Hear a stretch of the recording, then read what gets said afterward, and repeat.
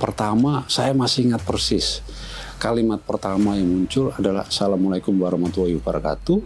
Habis itu, Bapak Ibu, mari kita selesaikan program Pak Bibit. Waktu Pak Bibit gubernur sebelumnya.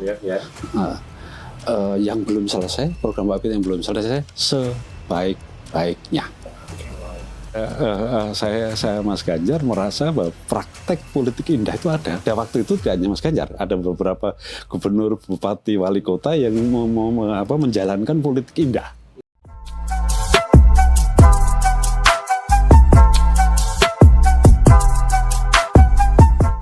Assalamualaikum warahmatullahi wabarakatuh. Kembali di Suara Ganjar. Kali ini hostnya beda. Biasanya ini ada Kak Anastasia sama Kak Adit. Kali ini saya Matil Muhammad hadir menjadi co-host untuk di podcast Suara Ganjar atau Sugar yang akan ngebahas tentang dunia politik dengan cara yang segar, dengan cara yang unik, dan juga cara yang kreatif. Karena belajar politik itu bisa menyenangkan, khususnya untuk kita nih, anak-anak muda. Jadi tentang politik-politik di Indonesia, nonton aja podcast Suara Ganjar ya. Jadi selalu tayang setiap harinya. Kapan? Pantengin aja, jangan lupa subscribe dan juga bunyikan loncengnya kalau memang channel ini ternyata sangat memberikan ilmu untuk kalian. By the way, hari ini karena co-hostnya saya ini ya, jadi hari ini juga spesial. Ini juga kesempatan baik banget buat saya karena saya akan bertemu langsung dan kita akan ngobrol-ngobrol langsung sama sosok seseorang. Beliau ini juga punya pengalaman luar biasa. Saya sangat bangga bisa hadir di sini sebagai co-host dan bertemu langsung dengan beliau. Beliau ini pernah menjabat sebagai staf khusus atau juga tim khusus dari Bapak Ganjar Pranowo selama menjabat 2 periode menjadi Gubernur Jawa Tengah. Saat awal pertama kali Bapak Ganjar Pranowo dilantik dan dikukuhkan sebagai Gubernur Jawa Tengah, beliau ini sudah menemani Bapak Ganjar. Kita akan tanya, kita akan bahas mengenai sebenarnya waktu pertama kali Pak Ganjar dikukuhkan, ada pesan atau kata-kata pertama nggak sih yang disampaikan khususnya kepada beliau. Langsung aja guys, kita sambut kehadiran tengah-tengah kita dari studio podcast Suara Ganjar atau Sugar ini. Berikan tepuk tangan dong untuk Bapak Warsito Elowin. Mbak, terima kasih Mbak. Matur suwun sangat udah datang ke sini. Saya bangga banget ya Pak, Bapak udah hadir di sini. Pak, boleh nanya dulu, Pak, emang ini kebetulan stay di Jakarta atau stay di Jawa Tengah atau sebenarnya di mana Pak kok bisa datang ke sini tiba-tiba juga nih Pak? Iya, kalau ya ini agak panjang ceritanya. Tapi sebetulnya saya ada rumah di Jerman, anak istri saya di sana, kemudian ada rumah di sewa rumah di Semarang dan sewa rumah di Jakarta. Jadi saat ini seperti nomaden lah, sana kemari muter-muter aja. Jadi sekarang ini lagi sibuk atau stay di Jerman gitu ya Pak? Dan di Jakarta sekarang. Sekarang lebih banyak di Jakarta. Sekarang lebih banyak di Jakarta ya. Jadi saya bangga banget nih ya Bapak Warsito jauh-jauh dari Jerman stay di Jakarta datang ke DPP atau Posko Pemenangan Sahabat Ganjar. Sekali lagi terima kasih Pak, benar-benar apresiasi luar biasa dari kita nih.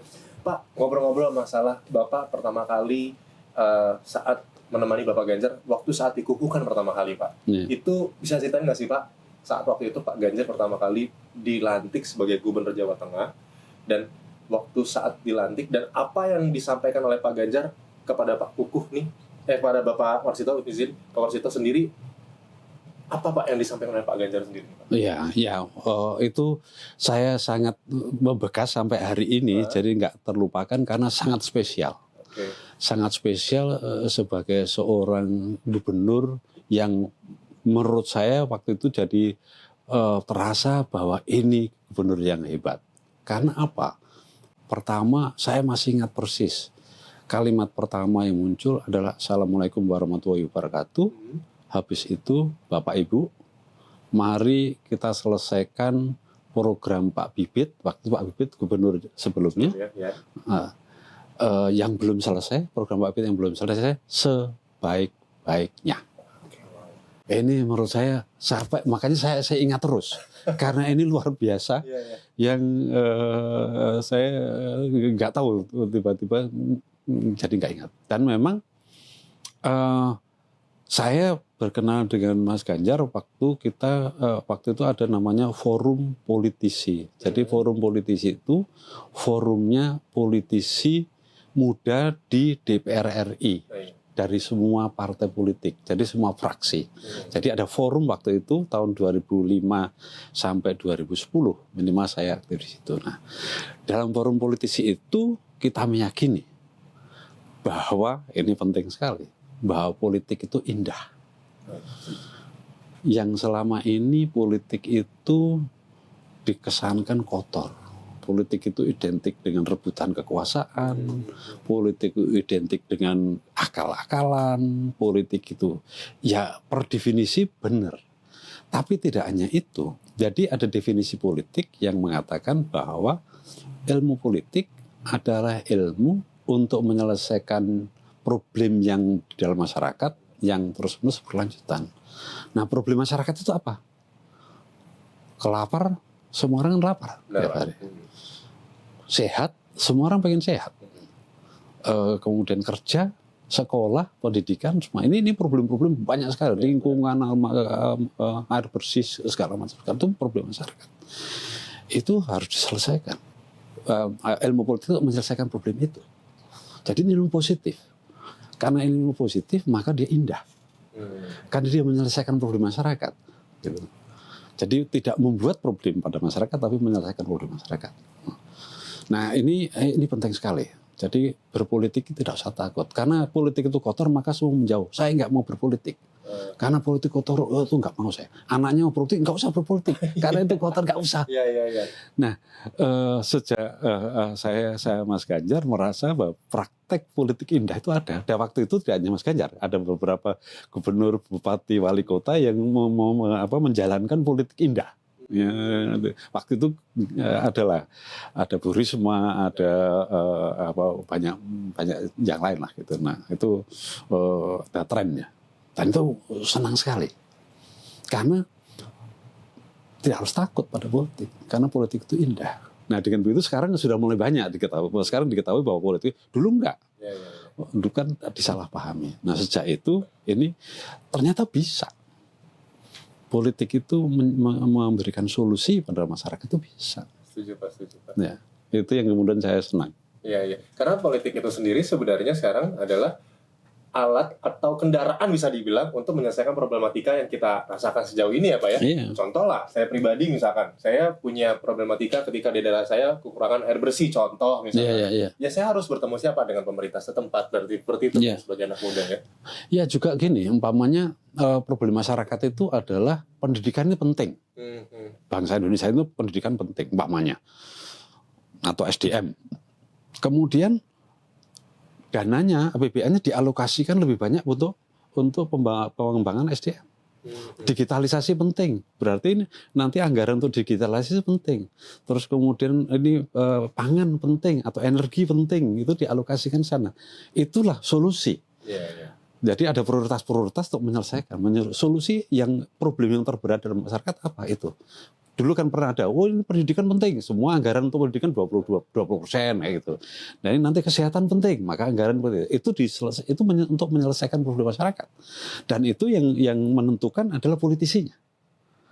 Karena politisi berpihak kepada kepentingan publik, problem yang dihadapi kan nggak bisa dipikir rata.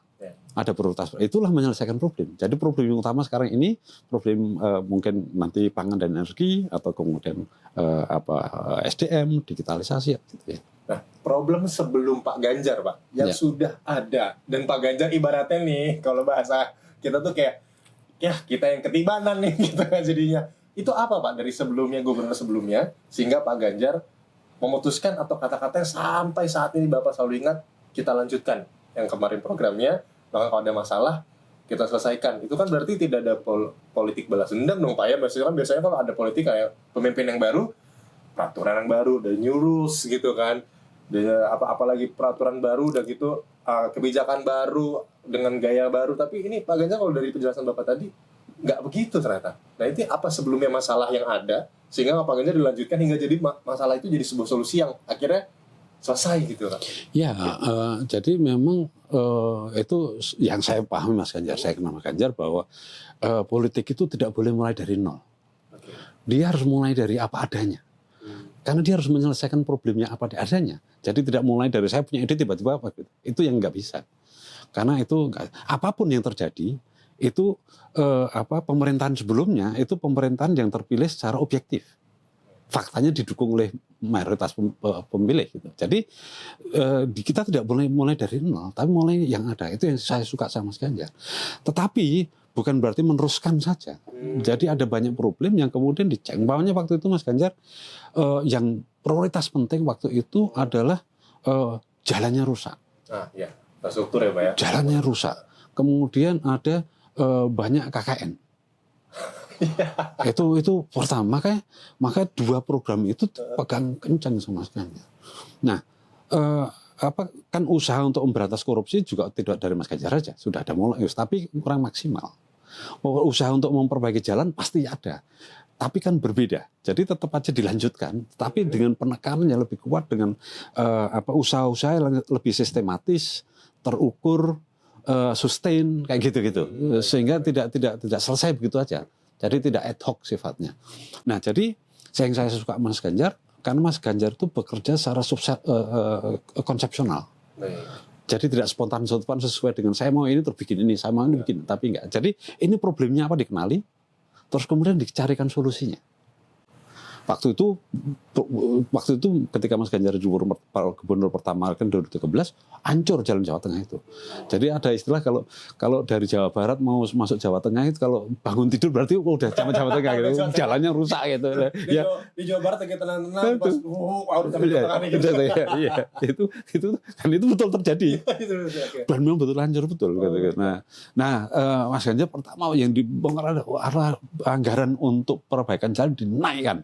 Waktu itu saya masih ingat ya, seingat saya mungkin dan nanti kita bisa cek lagi. Waktu anggarannya 670 miliar. Tapi Mas Ganjar yang tahun pertama naik jadi 1,7 triliun. Terus tahun kedua itu naik 2,1 triliun dan tahun ketiga naik menjadi 2,5 triliun. Itu untuk infrastruktur aja Pak? Iya. Dan bisa ternyata gitu. Jalan ketika sekarang jalan sudah lulus semua di Jawa Tengah ya, jalan provinsi ya gitu ya. Itu dulunya enggak. Ya sekarang mulai ada rusak-rusak, tapi sebetulnya secara umum itu pembangunan gitu. Nah, korupsi pertama yang dilakukan adalah pertama juga ini karena Mas Ganjar waktu itu salah satu tagline-nya adalah mboten korupsi, mboten ngapusi. Nah, mboten korupsi, mboten ngapusi, ada merah putih gitu, ada name tag gitu untuk ngantung name tag gitu. Nah, dimulai dari situ dulu, ditempelkan di dadanya dulu mboten korupsi, mboten ngapusi gitu. Nah, dengan nempel dana ini kan identitas. Ya, identitas ini. Jadi dia ingat terus mboten korupsi, mboten ngapusi terus. Nah, caranya gimana? Caranya tidak menakut-nakuti. Jadi dibangun satu kesadaran baru, hidup tanpa KKN itu lebih baik. Hidup KKN itu lebih damai, lebih tenang, lebih guyup, lebih rukun. Dan itu dibuktikan. Sehingga tidak korupsi, tidak ngapusi itu tidak menakutkan.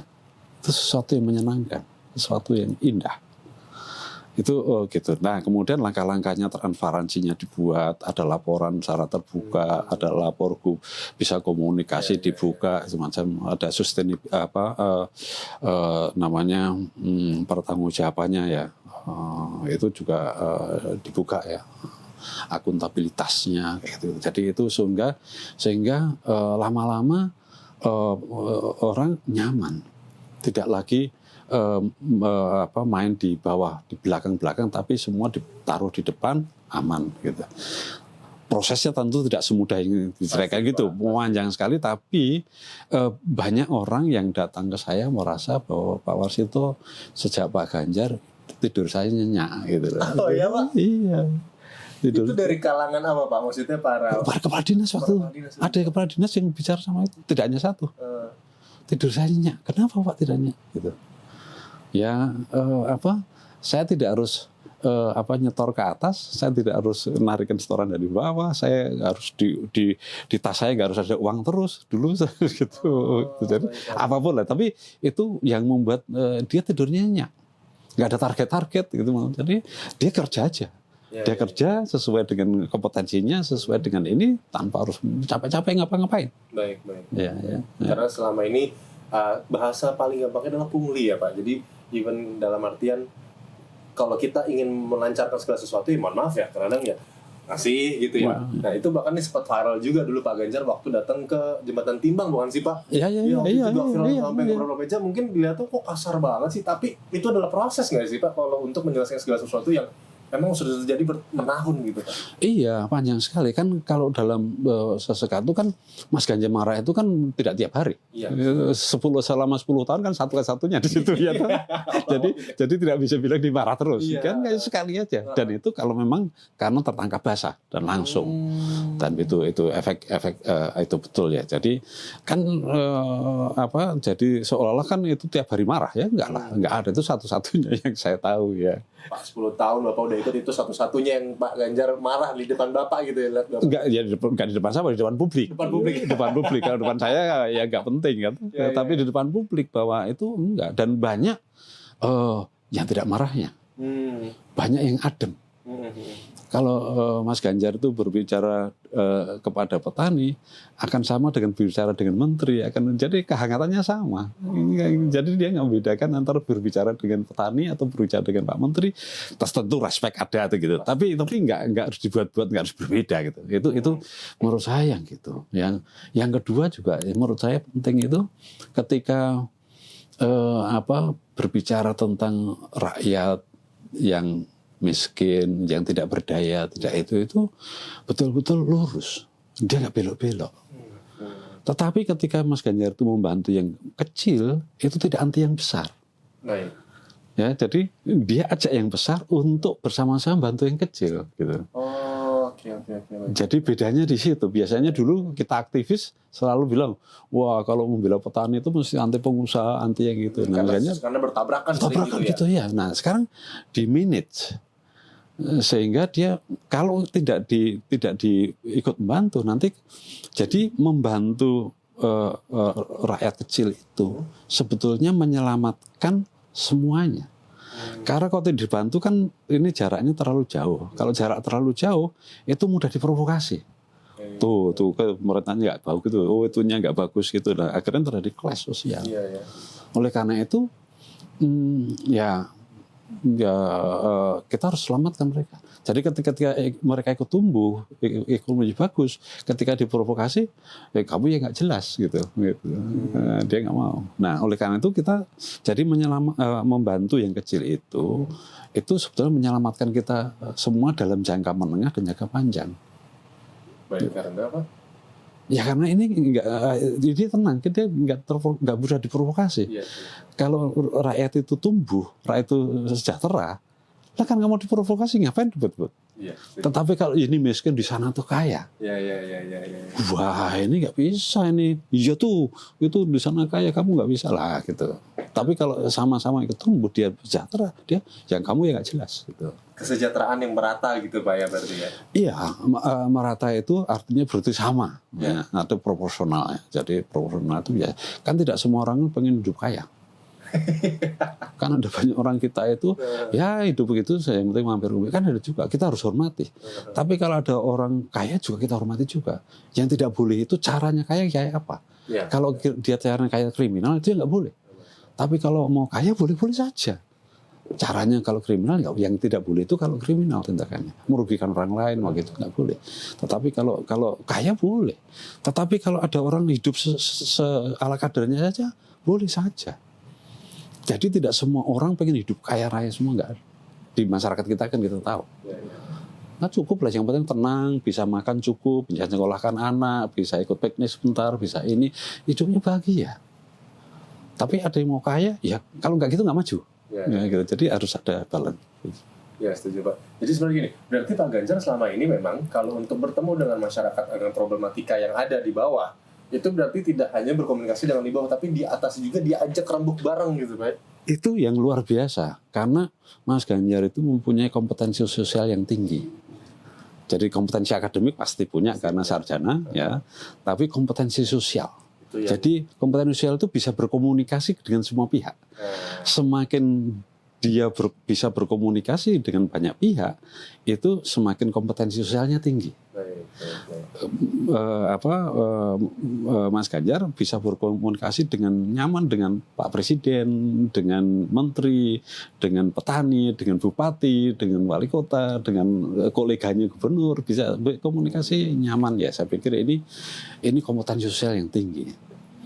Dan yang penting sebetulnya kan ada 3. Yang pertama itu kompetensi akademis, yang kedua itu kompetensi sosial, yang ketiga itu integritas.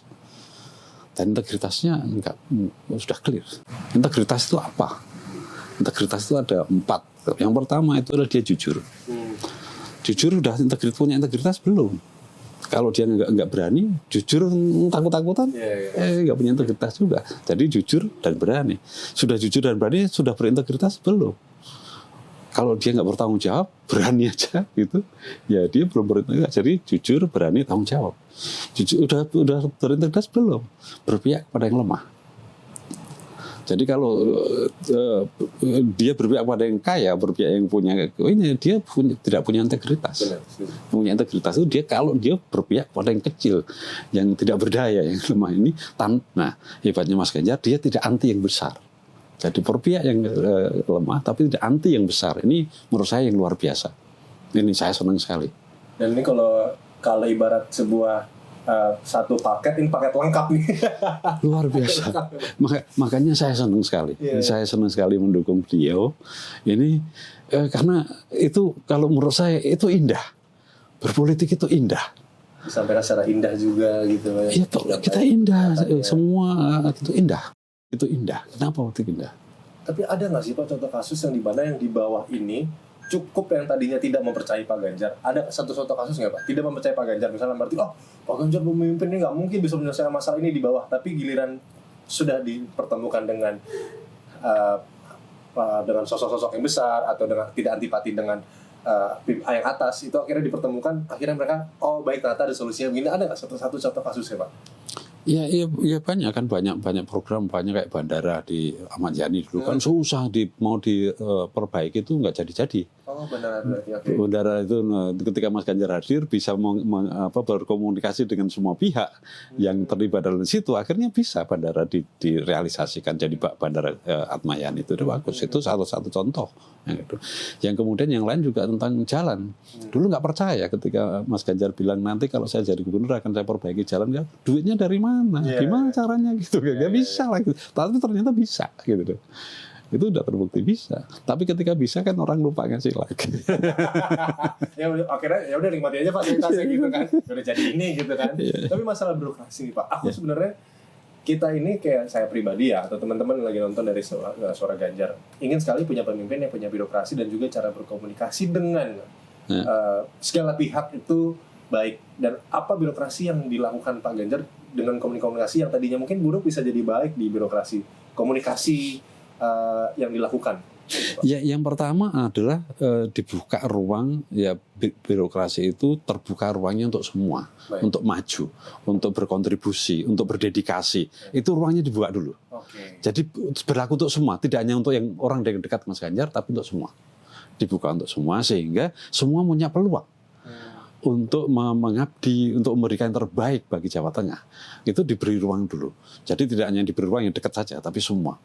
Sehingga nanti orang yang dan kemudian kompetensinya dibuka ruang. Jadi umpamanya untuk seleksi menjadi kepala dinas gitu, ya dibuka. Siapa yang punya kompetensi, siapa itu yang mana? Baik.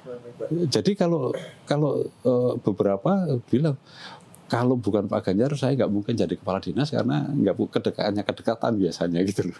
Ini nggak, kalau Mas Ganjar nggak, dia dikasih ruang aja. Yang paling penting dia berbuat baik untuk Jawa Tengah. Jadi dibuka ruangnya, jadi birokrasi nyaman, enak. Bagi yang suka bersaing, tapi bagi yang tidak suka bersaing ya pasti nggak senang. Gitu. Iya benar. Tapi nama saingannya gitu. Tapi ternyata lebih banyak yang bersaing begitu, lebih punya albedo. Ternyata yang lebih senang yang dekat dengan kekuasaan itu nggak banyak. Dan semakin berkurang karena ini nyaman suasananya. Baik. Ya.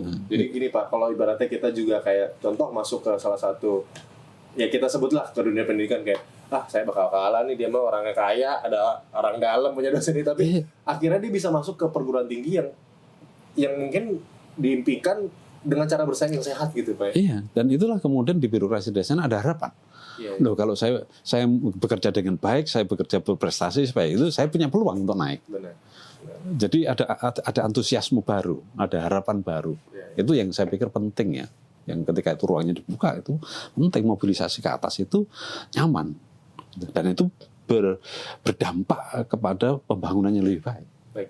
Kalau yang saya tahu nih Pak ada beberapa, berarti kalau saya sering lihat ya Pak, Lapak Ganjar. Ya. Lihat Lapak Ganjar itu kan kayak kalau kita punya UMKM mau dipromosikan Pak Ganjar sama Lapor Group tuh Pak. Nah, itu saya belum pernah nyoba. Nah, itu Lapor Group itu gimana tuh Pak? Ya, Lapor Group betul-betul yang kalau ada problem dilaporkan aja, apapun problemnya. Apapun itu, Pak. Apapun problemnya dilaporkan masyarakat. Nah, nanti kan ketahuan di situ problem-problem yang urgent, problem itu langsung dijawab sama Mas Ganjar.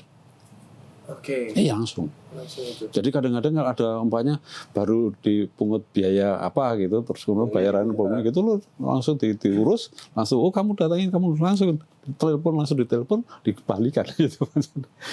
Jadi itu banyak contoh kasus sih Pak. Banyak sekali. Misalkan saat ini yang saya lihat nih Pak ya, koreksi saya kalau saya salah Pak. Waktu yang di salah satu SMK yang anaknya ditanya, kamu iuran berapa per bulan atau iuran sekolah? Dia sebut berapa ratus ribu, sehingga dia sebut ini bukan iuran tapi uang apa disebut waktu itu sama dia. Jadi ini uang untuk infak katanya gitu. Loh, ada penarikan uang gitu. Itu langsung dicopot. Itu benar kejadian Pak. Langsung dicopot gitu Pak. Ya memang komitmennya gitu, dan nggak boleh korupsi, nggak boleh ini karena langsung ya begitu. Ya memang untuk urusan gitu tegas makanya. Jadi untuk ini itulah. Tapi kan yang dipecat Mas Ganjar berapa sih? Kan nggak banyak. Nggak banyak sebenarnya Pak ya. Tapi lebih banyak begitu dikasih ruang supaya berubah. Jadi Mas Ganjar lebih senang menawarkan itu daripada mencat. Nggak ada yang dipecat tuh kalau memang lihat hitung berapa banyak. Jadi lebih diberi ruang untuk bagaimana itu berubah. Ini zamannya berubah. Zamannya tidak lagi ini, makanya diberi peluang untuk memperbaiki, untuk maju, untuk kayak gitu. Itu saya pikir ini arti pentingnya di situ ya. Kita masih ngobrol birokrasi ke masyarakat Pak, karena Pak Ganjar sendiri terkenal dengan pemimpin yang turun ke bawah. Pemimpin yang belusukan.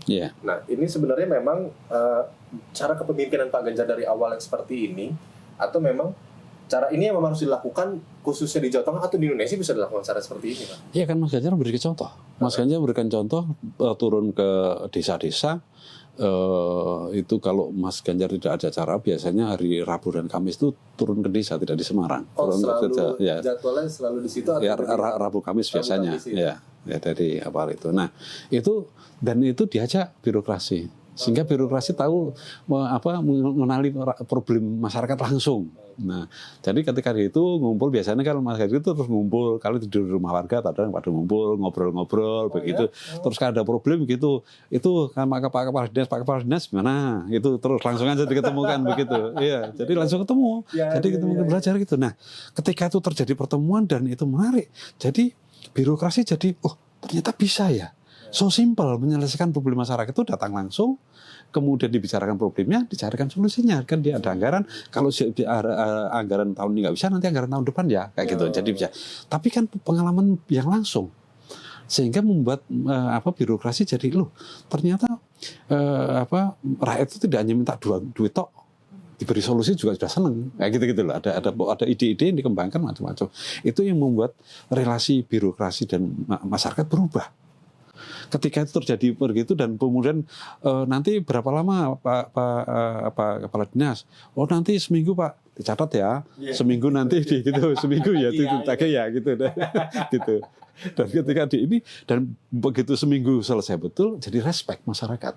Ternyata beda ya. Ternyata ada satu yang enak jadi relasi ini. Jadi sehingga masyarakat berubah relasinya menjadi respect terhadap birokrasi yang berpihak kepada kepentingan masyarakat.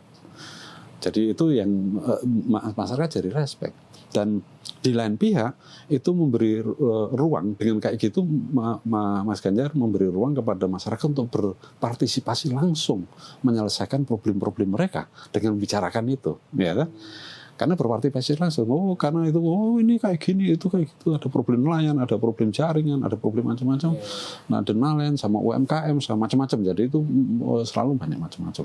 Ya, karena ada masyarakat, bahkan saya pribadi pun sangat senang kalau langsung ketemu sosok yang bisa menyelesaikan masalah itu. Ketika kadang-kadang contoh lah, kita mau ngajuin CV gitu ya, kita sebagai anak muda mau tempat kerja. Ya kalau ketemu resepsionisnya belum tentu kan langsung ketemu dan CV kita dibaca kan. Iya. Kita sesimpang itu ya. Gitu ya.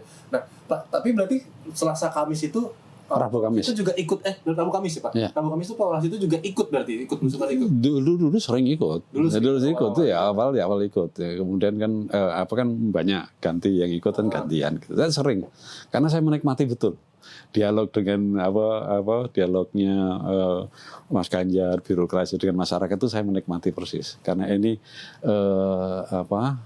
menurut saya ini indah.